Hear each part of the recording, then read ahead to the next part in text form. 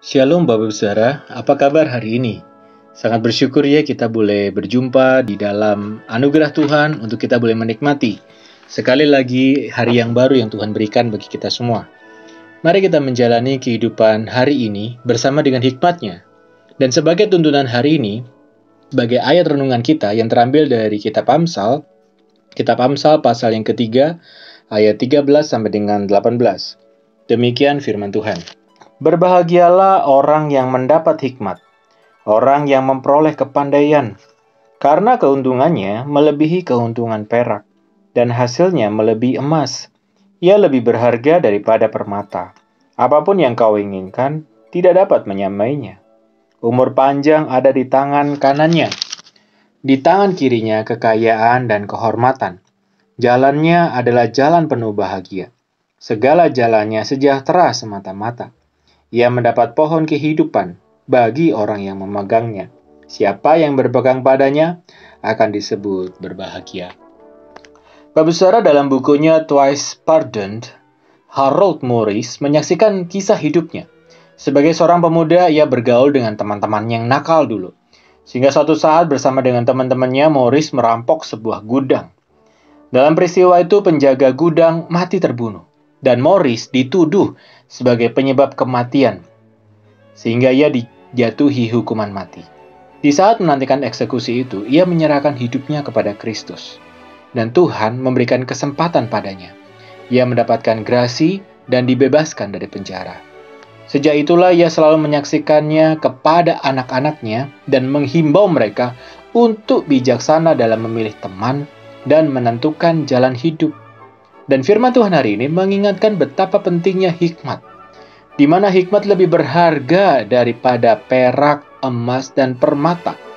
Kitab Amsal juga mengatakan bahwa seorang seharusnya berbahagia bukan karena hal-hal duniawi, apalagi karena usia bertambah. Karena kitab Amsal menegaskan bahwa berbahagialah orang yang mendapatkan hikmat dan kepandaian. Hikmat dan kepandaian dari Tuhan jauh melebihi harta duniawi, bahkan melebihi emas dan perak. Itulah mengapa Salomo meminta hikmat kepada Tuhan, bukan kekayaan, harta benda, dan umur panjang. Namun Tuhan akhirnya memberikan semuanya itu kepada Salomo sebagai bonus. Demikian juga di ayat yang ke-16, salah satu ayat yang paling banyak dikutip ketika kita mengucapkan selamat ulang tahun kepada orang terdekat kita.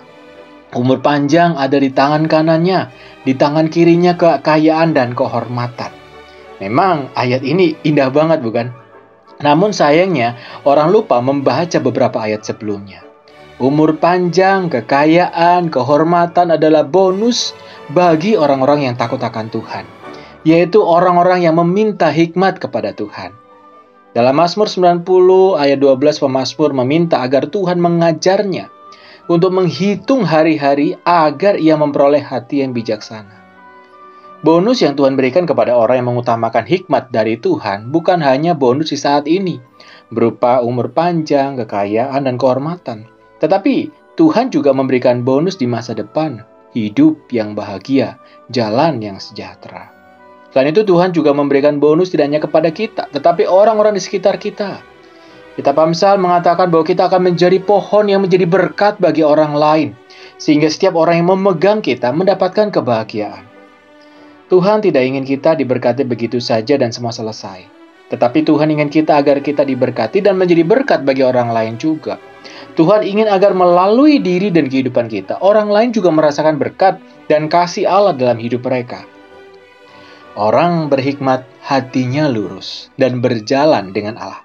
Ia akan taat pada firman, setia, jujur, rajin berbuat benar dengan menjunjung hikmat. Ia akan hidup dalam kelimpahan dan menabur kebaikan kepada sesama. Dengan demikian, kehidupan yang terbaik adalah jadilah orang berhikmat untuk menikmati kebahagiaan yang dijamin oleh Tuhan. Ibu saudara, kebahagiaan itu adalah pemberian Tuhan bagi siapa saja yang mencari Tuhan. Kebahagiaan tidak dibangun di atas pertengkaran dan kekerasan hati. Kebahagiaan tidak datang dengan sendirinya. Tetapi kebahagiaan hanya dapat diusahakan jika kita selalu setia dan taat pada firman Tuhan. Firman Tuhan bukan sekedar ayat tempelan atau ayat hafalan sesuai keinginan kita. Firman Tuhan itu penting untuk dibaca, didengar, dihayati, dan dilakukan dengan penuh tanggung jawab. Maka dari itu lakukanlah setiap hari kebaikan Anda, maka Anda akan hidup dalam kebahagiaan yang dijanjikan Tuhan. Siapa yang ingin hidup dalam kebahagiaan? Mari kita berdoa. Terima kasih ya Tuhan untuk kasih anugerah-Mu yang memampukan kami dan memimpin kami untuk kami boleh terus berjalan di dalam hikmat-Mu.